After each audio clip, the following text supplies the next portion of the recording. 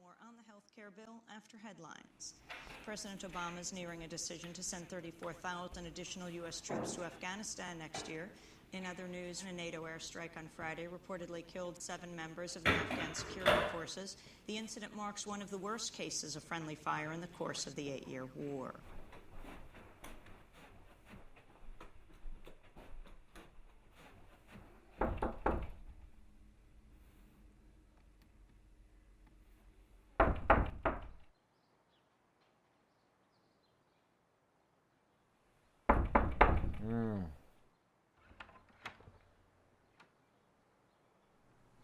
Don't you have work today?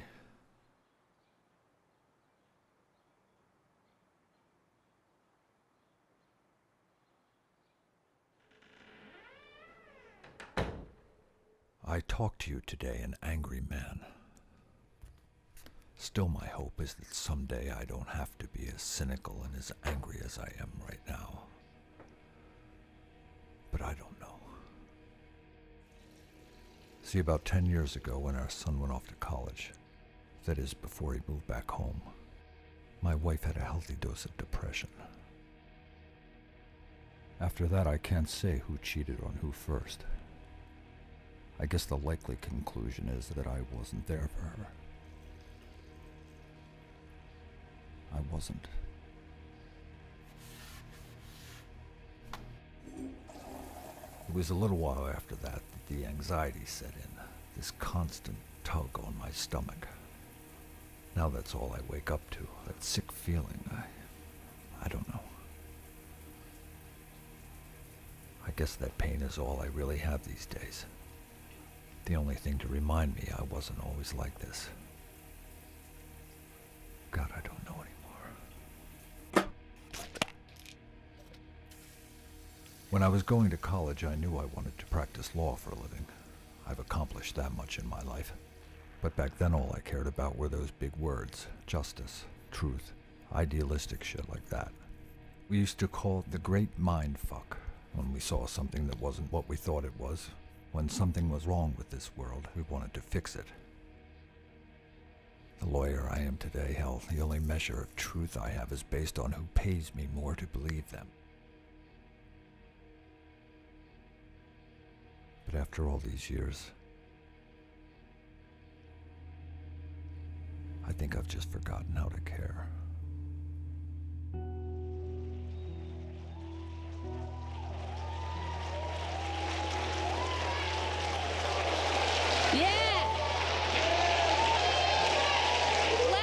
In Kent State, the deplorable acts that killed 4 of our brothers and sisters fighting against this war has done one thing. It has galvanized us. Their death is the fuel to our fire to fight back against the oppression of our government and the destruction of our democracy. In a few moments, we march across the school grounds and into the streets to show our resistance to this insane war and the violent acts of our government. We show that patriotism is not sought through a shower of napalm on innocent villages, but by bringing the warmongers to justice. Blood on the streets of Kent State will not hold us back. We will not march in fear.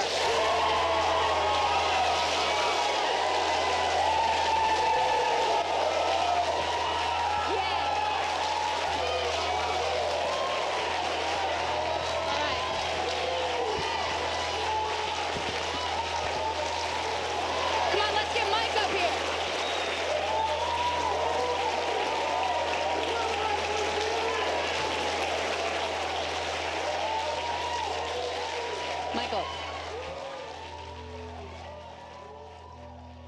Mike.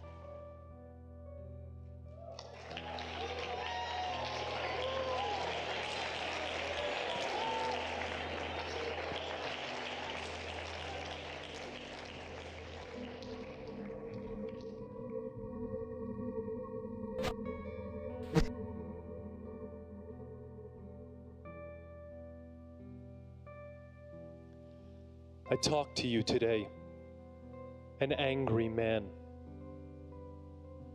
And my hope is that one day I won't have to be as cynical and angry as I am right now. But I don't know.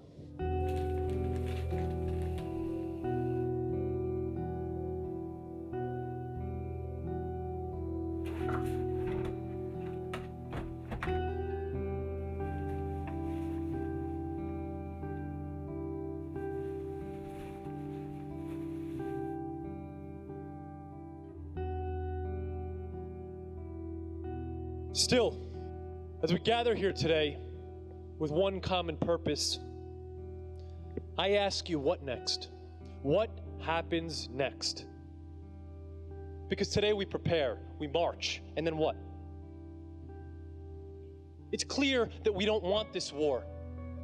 But even if the war miraculously ended tomorrow, does the world suddenly become some grand utopia?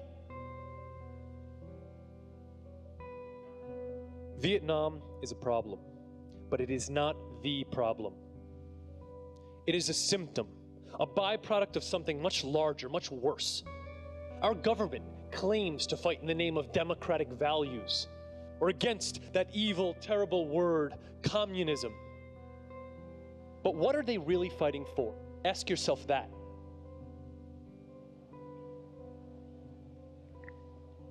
Capitalism? What the hell is that? More clothes, more food, more gas, color television. I'll tell you what it is. Dubbed one of the great evils of our time by Dr. King himself. Materialism. That's what this war is about. Our government rapes and mutilates the people of My Lai, and in the name of what? Our happiness? So that we might reign as some global superpower and reap the benefits. But technology, innovation, convenience, is that what it's all for? Are we happier? Hey, smile for the camera. Merry Christmas. Mommy, it's a Nintendo! I got a Nintendo. Is that what you wanted? Uh-huh. Don't point it at people. No, we are not happy. And we can never be happy and free as long as the one true religion of man is the worship of the bottom line, money. And that's the mind fuck, man. From every mountainside. Because 5 years ago, we came one step closer to freedom when Dr. King championed and won the right for all men to vote equally and freely. And women. Yes, that's right. Thank you.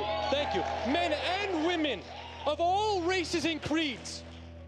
But just a few years later, when he spoke out against a war being fought for profit, he was shot dead. Coincidence? They know that his death is a roadblock to our revolution. I mean, they will kill anyone that gets in their way.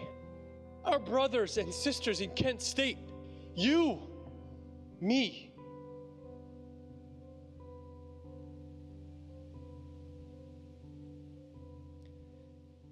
It's scary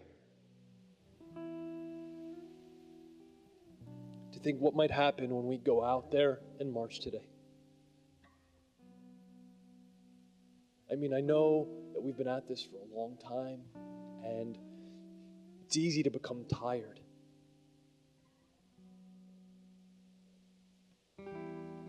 I am tired.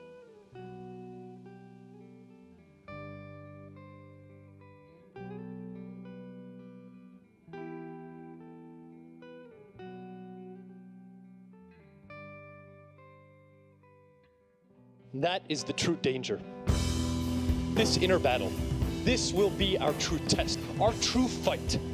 And so I beg of you, after today's march, when the dust settles from our shoes, when we put down our signs, when our troops come home from the Far East and other faraway lands, if our leaders actually speak not to the people, but for the people, do we stop? Mission accomplished? Complacent with our faith in a system we will have fought so hard to change? No! If our leaders one day look out and see no one storming the Bastille, that is the day that we will lose everything that we have fought so hard for. Because for every moment that we sit doing nothing, know that those in power are working tenfold to keep their power, feeding us lies through the media with the promise of material goods, diverting us from our revolution. We cannot buy into their illusion of freedom. We must always hold our leaders accountable. We cannot become slaves to a far more dangerous institution than any one war or exchange of ideas. Because the moment that we do that, we will find ourselves lost, consumed in our own consumption without hope, and with the feeling that nothing can be done.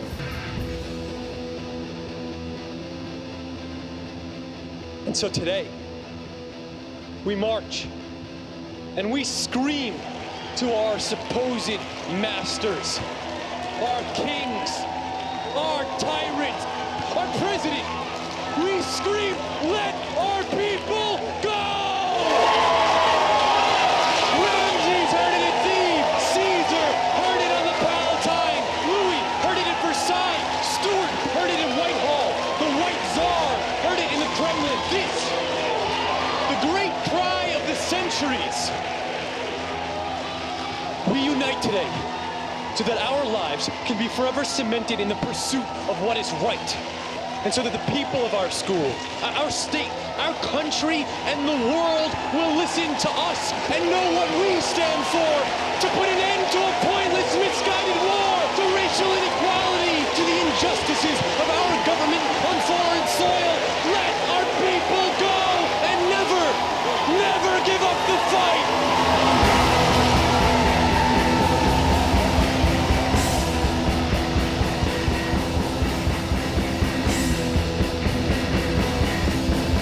And with this, we move one step closer to win the battle against ourselves, to turn cynicism into hope, apathy into action, so that when Vietnam or whatever war comes to an end,